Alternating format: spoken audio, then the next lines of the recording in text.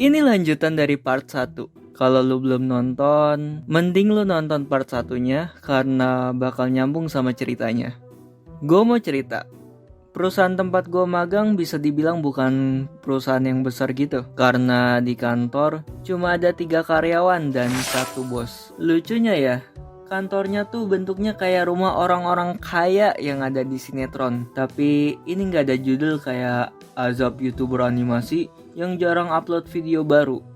Terus ruang kerjanya juga cuma 1, sisanya asrama. Iya, asrama. Jadi guys, perusahaan ini tuh bisa dibilang agen kuliah ke Turki. Nah, sebelum kuliah di Turki, mereka bakal ditempatin di asrama dulu. Oke, selama magang gue dibimbing sama 3 karyawan yang gue udah jelasin tadi. Atau senior lah. Gue mau jelasin dulu. 3 senior gue inilah yang ngasih gue kerjaan dan ngebantu gue kalau lagi ada kerjaan yang susah. Sebut aja senior gue ini Abi Chunin, Abi Jonin, dan Abi Genin. Mungkin lu bingung kenapa gue gak panggil bapak atau kak, tapi malah panggilnya Abi.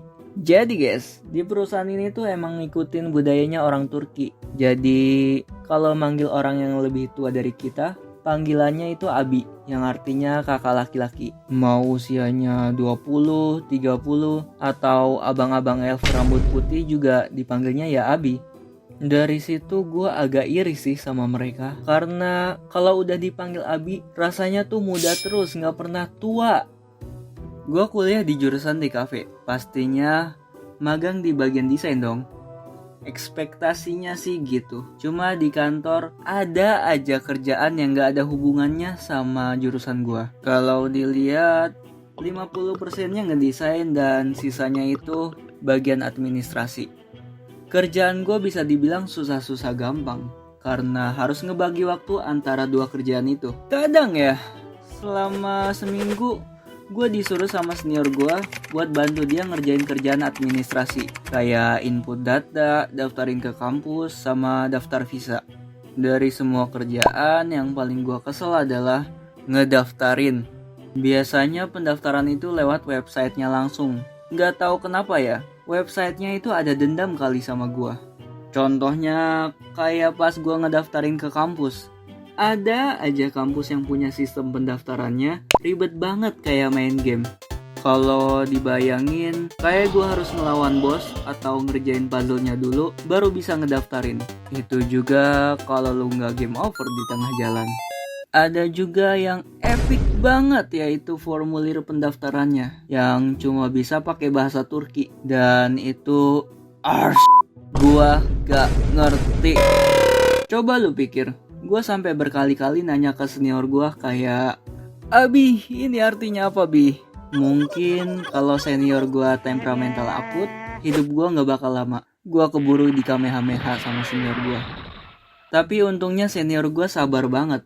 Gue berterima kasih lah sama mereka karena ngebantu gue ngisi formulirnya dan dijelasin satu persatu arti tiap kalimatnya.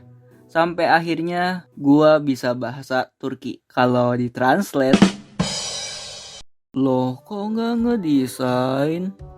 Oke. Gue selama magang juga ngedesain.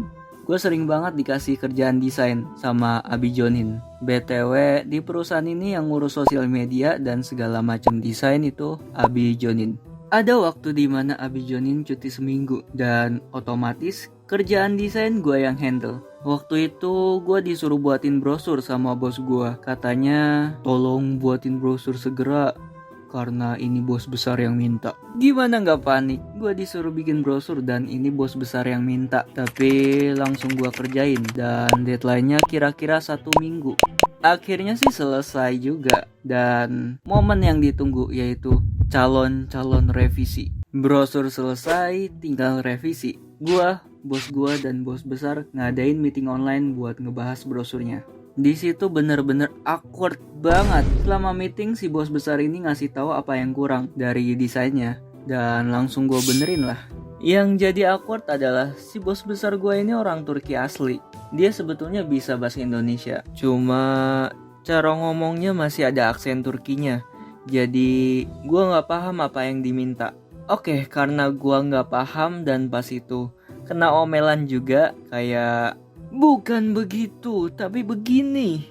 Kamu gimana sih? Jadi selama meeting si bos besar ini ngomong ke bos gua pakai bahasa Turki buat ngasih tahu apa yang kurang. Selama meeting juga gue cuma ngedengerin aja dan nunggu arahan. Jujur, setelah meeting brosurnya masih belum selesai dan akhirnya harus dioper ke Abi Jonin. Mungkin itu aja yang gue omongin. Makasih yang udah nonton.